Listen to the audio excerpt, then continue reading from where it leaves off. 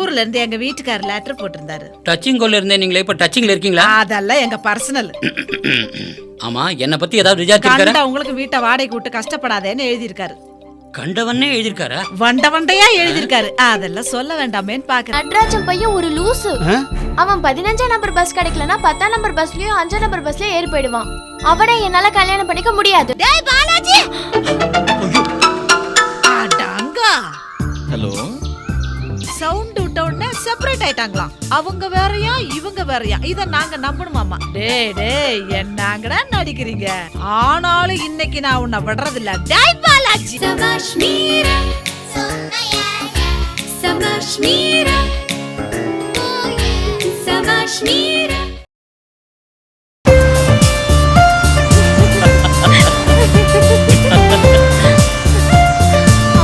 பார்த்து புடிச்சுக்க.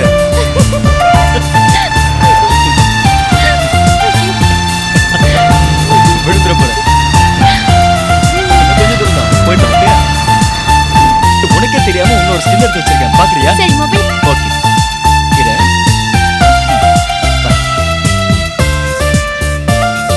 எப்படி ஓகே தானே? போட்டோல ரொம்ப அழகா இருக்கு. ஏய் உண்மைதான்.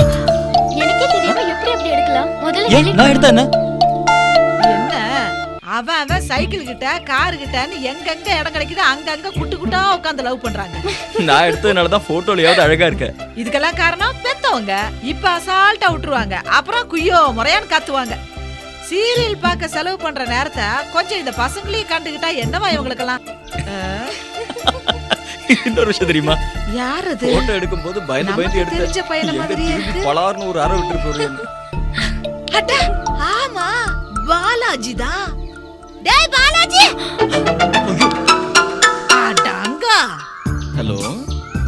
சவுண்ட் விட்ட உடனே செப்பரேட் ஆயிட்டாங்களாம். அவங்க வேறயா இவங்க வேறயா? இத நாங்க நம்பணுமாமா? டேய் என்னங்கடா நடிக்கிறீங்க? ஆனாலும் இன்னைக்கு நான் உன்னை விடுறது இல்ல. டேய் பாலாஜி. வாடா இங்க. நீங்களா? என்னடா இது? ஏதோ பொண்ணு கிட்ட உட்காந்து பேசிட்டு இருக்கற? லவ். இதான் லவ்வா? இதே மாதிரி தான் 3 வருஷமா பேசிட்டே இருப்போம். அப்புறம் திடீர்னு அவ ஐயோ எனக்கு மணி ஆயிடுச்சு, எங்க அப்பா என்ன தேடுவார்னு சொல்லிட்டு போயிடுவான். ஆக ஒரே டைலாக் லொகேஷன் மட்டும் அப்பப்ப மாத்திக்கங்க, அப்படிதானே? நல்லா இருக்கு. ஏன்டா டேய் இப்படி கண்ட இடத்துலயும் கழுத மாதிரி தெரிஞ்சுக்கிட்டு இருக்கிறதுக்கு பதிலா 2 வீட்லயும் பெரியவங்க கிட்ட பேசி காலகாலத்துல கல்யாணம் பண்ணி செட்டில் ஆயிட வேண்டியதானே? ஆண்டி கல்யாணம் ஆயிடுச்சுன்னா இப்படி மீட்டிங்லாம் வச்சுக்க முடியாது, அப்புறம் த்ரில் இல்லாம போயிடும். அதுக்குள்ள மனசு மாறாம இருக்கணுமே. அதுக்கு தான் நாங்க 2 பேரும் எழுதின லவ் லெட்டரை ஒருத்தருக்கு ஒருத்தர் வாங்கி வச்சிருக்கோம். அப்படி ஒருவேளை அவ என்ன ஏமாத்திட்டு வேற ஒருத்தனை கல்யாணம் பண்ணிட்டாலோ, இல்ல நான் அவளை ஏமாத்திட்டு வேற ஒருத்தைய கல்யாணம் பண்ணிட்டாலோ போட்டு கொடுத்துருவோம். மியூச்சுவல் அண்டர்ஸ்டாண்டிங் தான். இது ரொம்ப புதுசா இருக்குதே. நல்லவங்கள மாதிரியும் நடந்துக்கலாம், கிரிமினல் மாதிரியும் இருந்துக்கலாம், அப்படிதானே? மிண்டு இங்க வாங்க. என்னடா அது மின்ட்டு மண்ணடி நல்ல பேர் வச்சிருக்கற? அவ பேர் மீனாட்சி, அது அவங்க வீட்ல வச்சது. நான் செல்லமா மின்ட்டுன்னு கூப்பிடுவேன். என்ன பண்டி? இது என்னது பண்டி உண்டினலா? பாலாஜி என் பேரு, எங்க வீட்ல வச்சது. அவ செல்லமா பண்டின்னு கூப்பிடுவா. ரொம்ப நல்லா இருக்கு. கல்யாண பத்திரிக்கையில இப்படியே பேர் போட்டீங்கன்னு வையு, பாக்குறவங்க கப்பறத்தான்னு கதி கலங்கி போயிடுவாங்க. மிண்டு இவங்க தான் மீரா ஆண்டி. ஒரு தடவை எங்க அப்பா மயக்கடிச்சு விழுந்துட்டாரா ரோட்ல, அப்ப இவங்க தான் ஹாஸ்பிடல்ல போய் சேர்த்தாங்க. என்ன அவசரத்துல மாட்டு ஆஸ்பத்திரியில சேர்த்துட்டாங்க. அன்னையில இருந்து எங்களுக்கு பழக்கம். பாலாஜி பண்டி உண்டி வயசாயிட்டே போதியா, சீக்கிரம் கல்யாணத்தை பண்ணிக்க. ஓகே ஆண்டி, அதை விடுங்க. உங்க வீட்ல அடிக்கடி ஒரு பெருசு போயிட்டு வருதே, அது யாரு? அது பாகவதருப்பா. மேல வீடு காலியா இருக்கேன்னு வாடகை கூட்டேன். அது என்னடானா இப்ப வாடகையும் கொடுக்க மாட்டேங்குது, வீட்டை காலியும் பண்ண மாட்டேங்குது. என்ன அது பேசிக்கிட்டே இருக்கும்போது மாயமாயிட்டாங்க? ஓஹோ, அவங்க அப்பா அம்மா யாராவது கண்ணுல மாட்டிருப்பாங்க. இந்த காலத்து பசங்க உஷாரையா.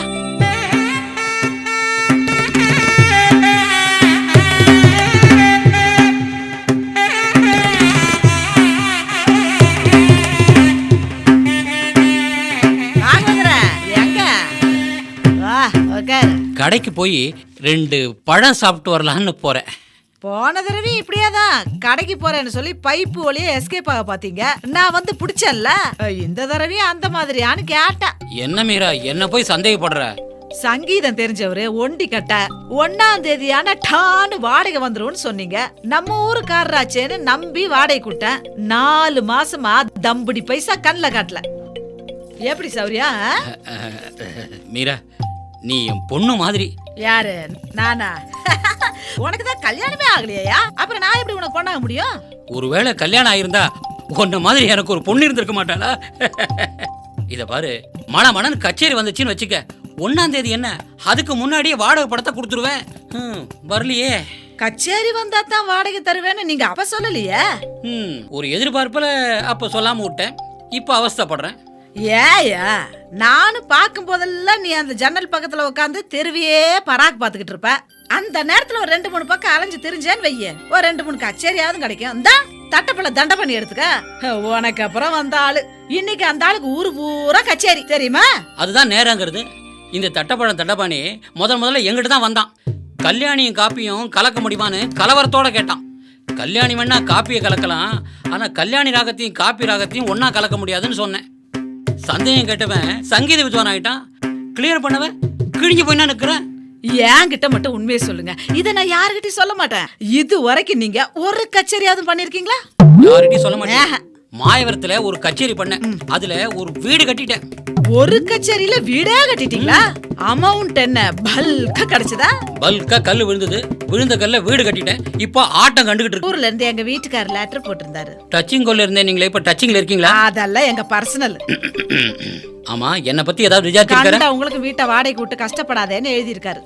கண்டவனே எழுதிருக்காரா? வண்டையா எழுதிருக்காரு. அதெல்லாம் சொல்ல வேண்டாமேன்னு பாக்குறேன். இருந்து போன மாசம் ஒரு கச்சேரி வந்தது, சந்தோஷப்பட்டேன். அது அந்த கடவுளுக்கே பொறுக்கலை போல் இருக்கு. அந்த கல்யாண பொண்ணு சமயக்காரனோட ஓடி போயிட்டா.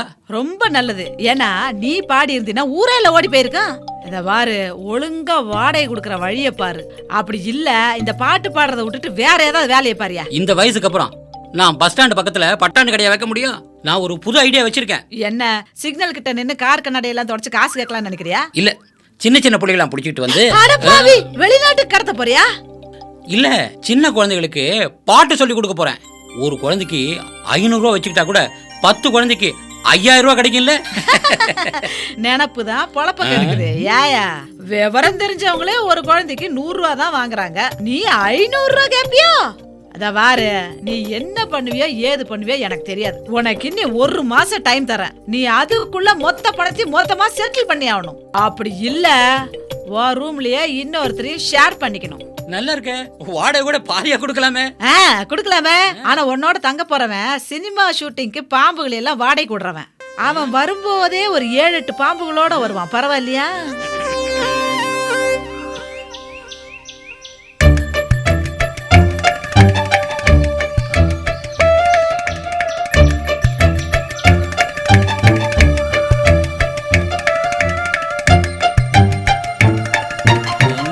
என்னையா இது, பைக்ல போறவங்க தான் ஹெல்மெட் போடணும்னு இருக்கு, நடந்து போறவங்களுக்கு கூடவா சார்? நடந்து போறவங்க எல்லாம் ஹெல்மெட் போடணும்னு ரூல்ஸ் எதுவும் போட்டுக்காங்களா என்ன?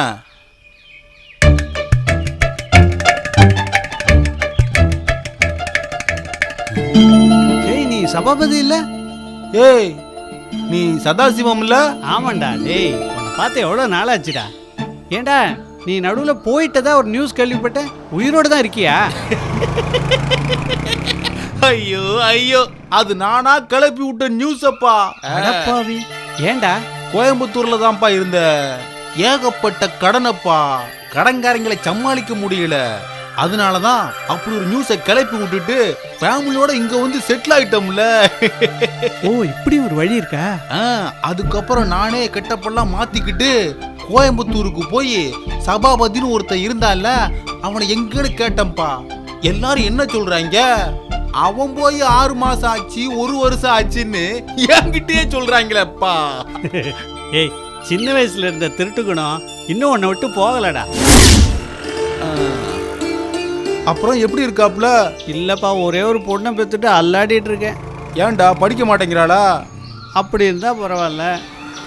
ஏன் வீட்டு வேலை செய்ய மாட்டேங்கிறாளா என்ன? அப்படி இருந்தாலும் பரவாயில்லையே. வேற என்னடா உன் ப்ராப்ளம்? யாரோ ஒரு பையனை லவ் பண்ணிட்டு ஊரெல்லாம் சுத்திட்டு இருக்காடா. நான் அவளை ரகசியமா வாட்ச் பண்ணணும்னு தான் இப்படி ஹெல்மெட்டோட அலையிறேன்.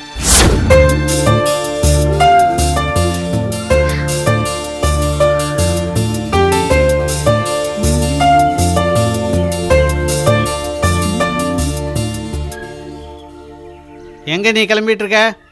ஃப்ரெண்டை பார்க்க போறேன். ஏய், பொய் சொல்லாத, பொய் சொல்லாத. உங்க பொண்ணுங்கிறதுனால எப்பவுமே போய் சொல்வேன்னு நினைக்காதீங்க. டேய் இதுக்காடா வருத்தப்படுற? இதெல்லாம் இப்போ ரொம்ப சகஜமாயி போச்சுல்ல. நீ ஏன்டா சொல்ல மாட்ட? என் நிலைமையில இருந்தாதாண்டா உனக்கு தெரியும். முன்னெல்லாம் அவ நான் என்ன சொன்னாலும் கேட்பாடா. இப்போ எதுக்கு எடுத்தாலும் எழுத்து பேசுறா. ஒரு பையனோட சுத்திட்டு இருக்கேன்னு கேள்விப்பட்டேனே, நிஜமா? ஆமா. இப்போ அந்த பையனை பார்க்க தானே போயிட்டு இருக்க. ஆமா. இது அவங்க அப்பா அம்மாவுக்கு தெரியுமா?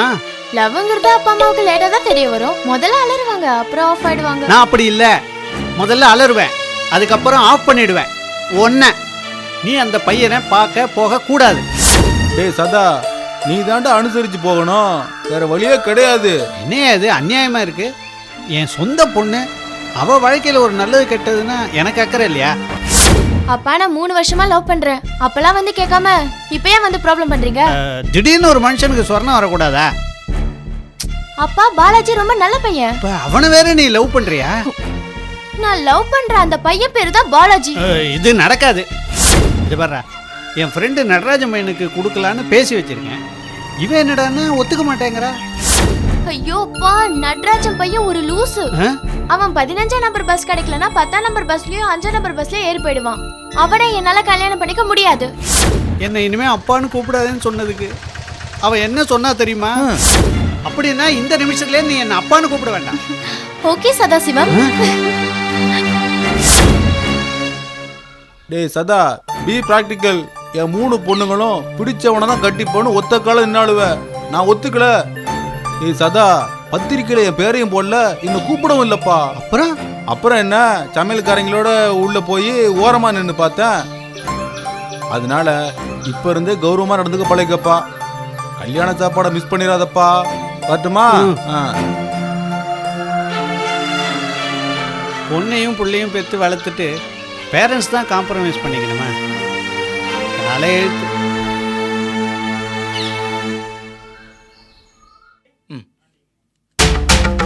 Aunty, aunty, aunty. என்னடா பண்டி, கல்யாண பத்திரிகை கொண்டு வந்திருக்கியா? இல்ல, கல்யாண பத்திரிக்கை அடிக்கிறதுல ஒரு சிக்கல். பிரஸ்காரன் பிரச்சனை பண்ணிட்டானா? ஐயோ அது இல்ல, மின்டோட அப்பாவுக்கு எங்க காதல் விஷயம் தெரிஞ்சு போச்சு. உடனே கடப்பாறையை தூக்கி வீசி எரிஞ்சிட்டாரு. இப்ப எங்க கல்யாணம் நடக்குமோ நடக்காதோன்னு பயமா இருக்கு ஆண்டி. என்னடா சொல்ற? ஆமா ஆண்டி, மின்டோட அப்பா மின்டுவுக்கு வேற மாப்பிள்ள பார்க்க ஆரம்பிச்சிட்டாரு. மின்டு தைரியமானவ, உடனே நேரா என்ன கொண்டு போய் அவங்க அப்பா முன்னாடி நிக்க வச்சுட்டா. ஒத்துக்கிட்டாரா உதறிட்டாரா? ஒத்துக்கிட்டாரு, ஆனா ஒரு கண்டிஷனோட. என்ன கண்டிஷன்? அதாவது வீட்ல இருந்து பெரியவங்களை கூட்டிட்டு வந்து முறைப்படி பொண்ணு கேளு கட்டி வைக்கிறேங்கிறாரு. ஓ, நியாயமான அப்பாவா இருக்கிறாரு. ஒவ்வொருத்தர் என்ன பண்ணுவாங்க தெரியுமா? ஏன் பொண்ண நீ எப்படி லவ் பண்ணலான்னு இழுத்து போட்டு அடிப்பாங்க. நீ என்ன பண்ற, டக்குன்னு உங்க அப்பா அம்மாவை கூட்டிட்டு போய் கல்யாணத்தை முடிச்சிரு, ஈஸி. அதுல ஒரு சிக்கல். என்னடா அது கும்பகோணம் அடுக்கு மாதிரி சிக்கல் மேல சிக்கலா நீண்டுகிட்டே போயிட்டு இருக்கு. அது வந்து ஆண்டி, நான் ஒரு அனாதை, எனக்கு யாருமே கிடையாதுன்னு சொல்லிட்டேன். ஐயோ, ஏன்டா அப்படி சொன்ன? எங்க அப்பா எப்படி இந்த கல்யாணத்துக்கு ஒத்துக்க மாட்டாரு ஆண்டி? ஏன் ஒத்துக்க மாட்டாரு? அது பொண்ணு வேற ஜாதி. ஜாதிக்கு மதத்துக்குமா கல்யாணம்? ஒரு பையனுக்கு பொண்ணுக்கு தானே கல்யாணம். இத நீ விளக்கமா சொல்லக்கூடாதா? உங்களுக்கு அவரை பத்தி தெரியாது. அவரோட ஒண்ணு விட்ட அண்ணன் ஒருத்தர் ஜாதி விட்டு ஜாதி கல்யாணம் பண்ணாருன்னு அவர் போயிட்டதா போஸ்டர் அடிச்சு ஊர் முழுக்க ஒட்டி அவரை அவமானப்படுத்தினவர். ஐயோ, அதனாலதான் நான் அனாதைன்னு சொன்னேன். ஆனா மின்டோட அப்பா அனாதைக்கெல்லாம் பொண்ணு தர மாட்டேன்னு சொல்லிட்டாரு. ஆனா பளிச்சுன்னு எனக்கு ஒரு ஐடியா தோணுச்சு. எனக்கு ஒரு சித்தப்பா இருக்காரு, அவர் என் கூடவே தான் இருக்காருன்னு சொல்லிட்டேன். யார் அந்த சித்தப்பா? இனிமேதான் தேடணும். ஏன்டா, ஏன் எதுக்காக இப்படி வாய்க்கு வந்தபடி எல்லாம் போய் சொல்லிட்டு இருக்கற? நான் வேணா உங்க அப்பா கிட்ட நாசுகா பேசி உன் கல்யாணத்தை முடிச்சு வச்சுட்டுமா? வேண்டாம் ஆண்டி, நான் உங்க மேல ரொம்ப மரியாதை வச்சிருக்கேன். எங்க அப்பா உங்களை தப்பா பேசிட்டாருன்னா அப்புறம் என் மனசு ரொம்ப கஷ்டம். ஏன்டா நீ ரைட்ல போனாலும் இடிக்கிற, லெஃப்ட்ல போனாலும் இடிக்கிற, ஏதாவது ஒன்று கரெக்டா சொல்லு. ஆண்டி, மாமான்னு ஒருத்தர் இருக்காரு, ஆனா அவரால் நடக்கவே முடியாது. பெரியப்பா இருக்காரு, கண்ணுல ஆபரேஷன் ஆகி கட்டு போட்டுட்டு இருக்காரு. சோ சித்தப்பான்னு ஒரு கேரக்டர் என் கூட வந்தே ஆகணும். அது சரி, தாலி கட்டினதுக்கு அப்புறம் தகுடுது தான் உங்களுக்கு தெரிஞ்சு போச்சுன்னா? தாலி கட்டினதுக்கு அப்புறம் அவங்களால என்ன பண்ண முடியும்? ஆண்டி, சித்தப்பா டெக்னிக்கே மின்டு அவங்க அப்பாவை சமாளிக்கிறதுக்கு தான். ஆண்டி ஆண்டி ஆண்டி ஆண்டி உங்களால முடியும். நீங்க நான் வாடகை கொடுத்துறேன். வாடகை நான் கேட்டனா? நீ ஒரு பையனுக்கு சித்தப்பாவா நடிக்கணும். ஏன் எதுக்கு? ஏன் எதுக்குன்னு கேள்வி கேட்கற வேலையெல்லாம் வச்சுக்காத. இந்த நிக்கிறானே இந்த பையனுக்கு தான் நீ சித்தப்பாவா நடிக்கணும். நான் இது வரைக்கும் நடிச்சதே இல்லையே. பாட்டே தெரியாம நீ பாகவதர்னு சொல்லிக்கிறது இல்லையா? அது மாதிரி தான் இது. பண்டி உன் மேட்ரு எல்லாம் ஒரு 50 அடியில அழகா இந்த ஆளுக்கு சொல்லி கொடு. Okay aunty. அதாவதுயா காதை இங்க குடியா.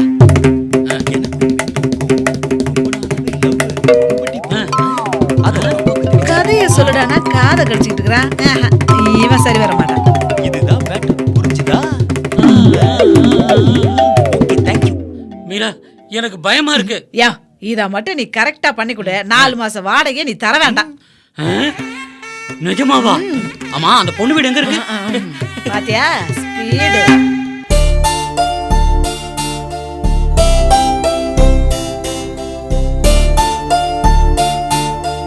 மீனாட்சி, என்னப்பா? அந்த பையன் எத்தனை மணிக்கு வரேன்னு சொல்லியிருக்கான்? 6 மணிக்கு வரேன்னு சொன்னாருப்பா. இத பாரு, கௌரவமா கல்யாணத்தை வேணா பண்ணி வைப்பேன். பணம் காசுன்னு கேட்டா அந்த பையன் கிடையாது, அவ்வளவுதான். ஏன்பா நீங்க அவர் கழட்டி விடுறதுல இருக்கீங்க? ஆ? வணக்கம். வாங்க வாங்க. உட்காருங்க. இவர்தான் சார் எங்க சித்தப்பா. ஏன்பா சித்தப்பா மட்டும்தான் சொன்னேன், சித்தியும் வந்திருக்காங்க. பாத்தியா உன்னால எனக்கு எவ்வளவு கெட்ட பேருன்னு கேக்குறாருல. உட்கார்ந்து இருக்கிற இல்லன்னு வாய் திறந்து சொல்ல. நான் பாலாஜிக்கு தெரிஞ்சவங்க. அப்படியா? ஆமா, சித்தப்பா என்ன பண்றாரு? சித்தப்பாவா தான் இருக்கிறாரு. ஓஹோ, ஆமா, இந்த சம்பந்தத்துல சித்தப்பாவுக்கு சந்தோஷம் தானே? அவரு ஓகேன்னு சொன்னதுனால தானே ஆட்டோவிலே ஏத்துறான்.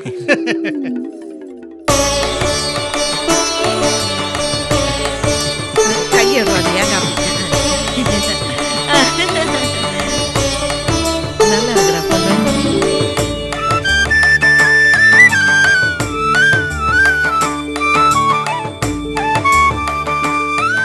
சித்தப்பாவுக்கு எத்தனை குழந்தைங்க, என்ன பண்றாங்க? அவருக்கு குடும்பமே இல்லங்க. பிளாட்ஃபார்மா? என்னங்க இது? ஒருத்தருக்கு குடும்பமே இல்லனா உடனே அவர் பிளாட்ஃபார்மா? எங்க சித்தப்பா கல்யாணமே பண்ணிக்கல. அது ஒரு பெரிய கதை. ஆண்டி, நீங்க சொல்றீங்களா? நான் நீ சொல்றேன். போயிட்டே இரு, நான் நடுவுல பிக்கப் பண்ணிக்கிறேன். Okay aunty. எங்க சித்தப்பாவுக்கு பொண்ணெல்லாம் பார்த்து கல்யாணம் ஏற்பாடு பண்ணியாச்சு. ஆனா எங்க தாத்தா ஒரு கண்டிஷன் போட்டாங்க. ஜானவாசத்துக்கு கண்டிப்பா ஒரு குதிரை வேணும்னு. அன்னைக்குன்னு பார்த்து எந்த குதிரையுமே கிடைக்கல. குதிரை இல்லாம ஒரு ஜானவாசமா? நிறுத்துறா கல்யாணத்தை அப்படின்னு சொல்லிட்டாரு. ஆமாங்க, இவருக்கு குடும்பம் குதிராம போனதுக்கு ஒரு குதிரை தாங்க காரணம். அன்னையில இருந்து இவர் குதிரைய கண்ணால எங்க பார்த்தாலும் சரி அப்படியே இந்த குதிரையை ஏக்கத்தோட பாப்பாரு. இப்படி ஒரு குதிரை அன்னைக்கு கிடைச்சிருந்தா நம்ம வாழ்க்கை குதூகலமா அமைஞ்சிருக்குமேன்னு. என்ன பண்றது பாவம். ஆனா தனக்காக தயாராகி மணப்பந்தல் வரைக்கும் வந்த பொண்ணுக்காக மாசம் மாசம் 500 ரூபாய் மணி ஆர்டர் இன்னமும் சித்தப்பா அமைச்சிட்டு இருக்காரு. கரெக்ட் தானே சித்தப்பா? ஒரு கோர்வையா போயிட்டு இருக்கீங்க, அப்படியே கண்டினியூ பண்ணுங்க. ரொம்ப இறக்க குணம் உள்ளவர். ஒரு மழை, வெள்ளம், புயல் இப்படின்னு கேள்விப்பட்டா உடனே பதறிடுவாரு. முடிஞ்ச அளவுக்கு பணத்தை அமைச்சிருவாரு. ஆமாங்க, இப்படித்தான் கொஞ்ச நாளைக்கு முன்னாடி சிவகாசில தீ விபத்துன்னு பேப்பர்ல வந்திருந்ததுல அந்த நியூஸ படிச்சுட்டு பேப்பரை கையில வச்சுக்கிட்டு ஒரு வாரத்துக்கு அழுதுகிட்டே இருந்தாருங்க. அதுக்கப்புறம் அந்த பேப்பர் நஞ்சு பிஞ்சு போனதுக்கு அப்புறம் தான் இவர் ஓஞ்சாரு. சித்தப்பாவுக்கு பெண்கள் மேல ரொம்ப மரியாதை. எல்லா பொண்ணுங்களையும் அம்மான்னு தான் கூப்பிடுவாரு. ஆமாங்க, அவருக்கு குடும்பத்தோட வாழை கொடுத்து வைக்கல. அவர் மூஞ்சிய பாத்தீங்களா? தேர பூந்த தேங்காய் மாதிரி ஆயிடுச்சு. அடாடாடா, உங்க சித்தப்பா கோடியில ஒருத்தரு. ஒரு நிமிஷம் உள்ள வரீங்களா? யோ உட்காரியா, பொண்ணு என்ன கூப்பிடுறா. மீரா, கல்யாணத்துக்கு யார் கச்சேரின்னு அப்படியே கேள. ஏன்டி ஏன் இப்பதானே அவர் கோடியில ஒருத்தர் பெருமையா சொல்லிட்டு போறாரு. அல்ப மாதிரி அலையிற. ஆண்டி, சித்தப்பாவை பத்தி குதிரை கதை ஒண்ணு எடுத்து விட்டனே, எப்படி? நடுவுல நாங்க ஜாயின் பண்ணாம எப்படி?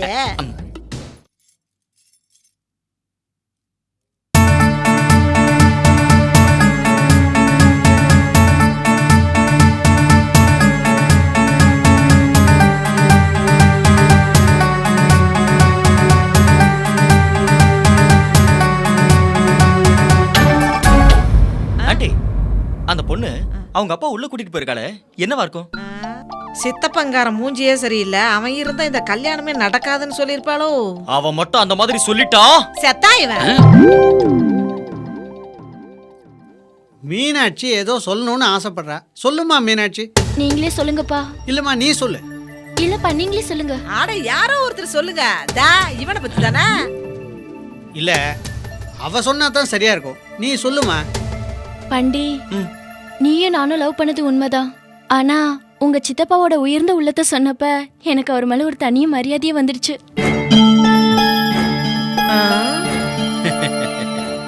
ஒரு பொண்ணு மணமேடை வரைக்கும் வந்து திரும்பிட்டாங்கிறதுக்காகவே அவங்களுக்கு மாசம் மாசம் 500 ரூபாய் பணம் அனுப்புறாங்களே, இதுக்காகவே அவரோட காலை தொட்டு கும்பிடணும். இப்பேற்பட்ட நல்ல மனுஷன் ஒண்டிக்கட்டியாவே இருக்கக்கூடாது.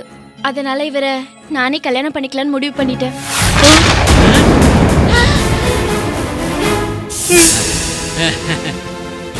மிண்டு அச்சே, 4 மாசம் வாடகை கொடுக்காம அவ கழுத்துல நீ தாலி கட்ட விட்ட மாட்டா. என்னம்மா நீ சிட்டுக்குருவி போய் கழட்டு சிங்கத்தை கல்யாணம் பண்ணிக்கிறதா? மிண்டு மிண்டு நான் சொல்றது கேள, அவர் எங்க சித்தப்பாவே இல்ல. ஆமாம்மா. தெரியும், அவரு ஒரு தெய்வம். அப்பா, மலை மலைன்னு என் கல்யாணத்துக்கு ஏற்பாடு பண்ணுங்க. ஐயா. பண்டி அண்ணா, நீங்க தான் முன்ன நின்று எங்க கல்யாணத்தை நடத்தி வைக்கணும்.